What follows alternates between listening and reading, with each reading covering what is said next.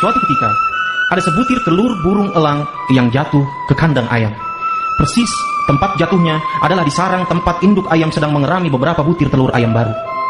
Hari demi hari, telur elang tersebut pun dierami oleh induk ayam dan sampailah waktunya untuk menetas. Seperti halnya anak-anak ayam yang menetas bersamaan dengannya, anak elang itu pun memperoleh perlakuan yang serupa. Waktu terus berjalan, sampai akhirnya mereka dibesarkan bersama-sama dalam asuhan dan penjagaan sang induk ayam. Setiap hari, mereka bersama-sama mencari makanan di sekitar kandang, bahkan sesekali ke tempat yang lebih jauh, yaitu ke persawahan di pinggiran hutan. Sebagaimana layaknya ayam, maka mereka menggunakan cekernya untuk mengais makanan yang terselip di antara dedaunan dan sampah. Makanan favorit mereka adalah sisa gabah dan cacing yang menyelinap di sela-sela atau lubang tanah becek di pinggir sawah. Oleh karena itu, tempat ini juga menjadi tempat favorit berkumpulnya para ayam untuk mencari makan siang mereka. Setiap hari, si anak elang yang dibesarkan di kalangan ayam ini juga melakukan aktivitas yang sama dengan saudara-saudaranya, mengkais-kais dan mematuk tanah untuk mencari cacing.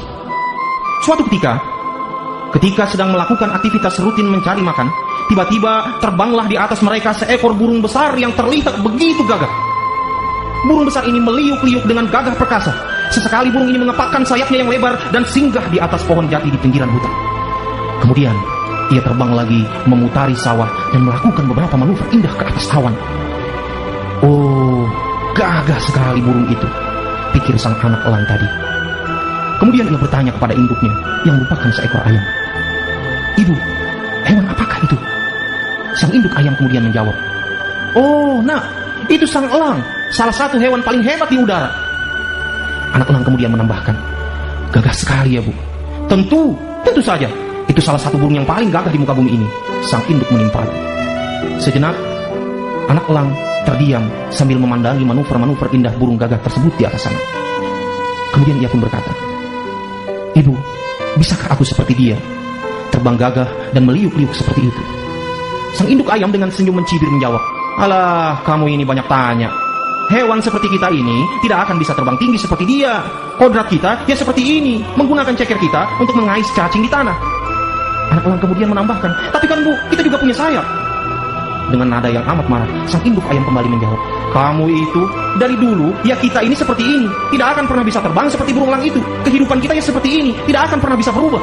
Sudahlah, terima saja nasib kamu sebagai anak ayam. Sudah, pergi sana, gunakan cekermu untuk mencari cacing. Sebentar lagi hari akan gelap, cuci tangan dan kakimu dan masuklah ke kandang. Saudara, banyak orang yang tidak menyadari bahwa mereka telah dibesarkan di kalangan ayam, tanda kutip, yang selalu pasrah menerima kondisi dan kenyataan hidup. Mereka mungkin tidak pernah berpikir untuk bisa mencapai kesuksesan yang jauh lebih besar lagi dari pencapaiannya saat ini. Sehingga biasanya mereka akan berpikir ribuan kali sebelum menempuh suatu tantangan tersebut dalam mencapai keinginannya. Mungkin pula keinginan dan cita-cita itu hanya sebatas pada apa yang digambarkan oleh lingkungannya tempatnya dibesarkan. Semua itu terkungkung dan terpenjara oleh batasan-batasan semu yang diciptakan oleh lingkungan mereka. Setiap manusia pada dasarnya memiliki dua sayap yang kokoh, yang jika selalu digunakan dan dilatih terus secara maksimal, kepakan sayap tersebut pasti akan menghasilkan dampak positif yang begitu luar biasa dalam kehidupan. Semua itu tidak datang begitu saja secara gratis dari atas langit, dan bukan pula mukjizat yang diberikan Tuhan pada seorang manusia. Itu semua adalah hasil kerja keras mereka dalam memanfaatkan dan memaksimalkan kekuatan sayap-sayapnya. Kesuksesan dan keberhasilan tidak akan pernah diperoleh secara instan. Sekali lagi saya ulangi, kesuksesan dan keberhasilan tidak akan pernah diperoleh secara instan. Kesuksesan dan keberhasilan hanya bisa diperoleh dengan melalui proses panjang yang membutuhkan perjuangan. Kita semua hakikatnya memiliki sayap-sayap kokoh yang dapat membawa kita terbang jauh ke atas sana menuju cita-cita tertinggi dan kesuksesan yang luar biasa. Mereka, para achievers atau winners, atau para juara, telah berhasil memaksimalkan sayap-sayapnya untuk mencapai kesuksesan mereka dengan proses panjang yang begitu melelahkan. Bagaimana dengan Anda?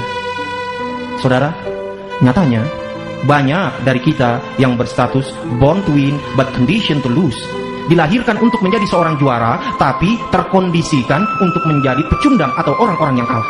Sekali lagi saya ulang, nyatanya banyak dari kita yang berstatus born to win but conditioned to lose, dilahirkan untuk menjadi seorang juara, tetapi terkondisikan untuk menjadi seorang pecundang atau orang-orang yang kalah. Jika Sang Pencipta telah menentukan bahwa Anda adalah elang, maka berlakulah sebagaimana layaknya elang, jangan berlaku sebagaimana layaknya ayam. Buanglah keyakinan-keyakinan negatif yang memenjarakan diri Anda selama ini. Keyakinan-keyakinan negatif ini adalah keyakinan-keyakinan yang tidak memberdayakan. Inilah yang biasa saya namakan dengan self-limiting belief atau keyakinan yang membelenggu diri. Jadi, sebenarnya sebagian dari kita sudah diprogram oleh lingkungan kita dengan membentuk batasan-batasan diri kita sendiri. Kita membuat penjara di dalam pikiran kita yang mengkerangkeng sebagian besar potensi kita. Dan dengan keyakinan yang tidak tertulis ini, yang hanya bersemayam di pikiran kita, yang membelenggu dan membatasi pikiran kita, kita tidak bisa mencapai hasil yang maksimal dalam hidup kita. Kita tidak bisa mencapai prestasi yang lebih besar lagi. Kita tidak bisa menentukan dan mencapai target yang lebih tinggi lagi. Kita tidak bisa mencapai kesuksesan yang jauh lebih besar lagi. Kita tidak bisa mendapatkan penghasilan yang lebih besar lagi dari yang kita capai selama ini. Kita juga tidak bisa mencapai jenjang karir yang lebih tinggi seperti yang selalu kita impikan. Dan kita juga tidak bisa mencapai mimpi-mimpi dan cita-cita kita. Oleh karena itu, sekali lagi, buanglah jauh-jauh keyakinan-keyakinan negatif yang tidak memberdayakan hidup kita. Dan sebaliknya, milikilah keyakinan-keyakinan positif yang memberdayakan diri kita. Saudara, saya ada 3 tips untuk Anda, agar Anda dapat selalu memiliki dan mendaya gunakan keyakinan positif di dalam diri Anda. Sebagai berikut. Yang pertama, selalulah berpikir bahwa Anda bisa sukses. Jangan berpikir gagal. Sekali lagi, selalulah berpikir bahwa Anda bisa sukses. Jangan berpikir gagal.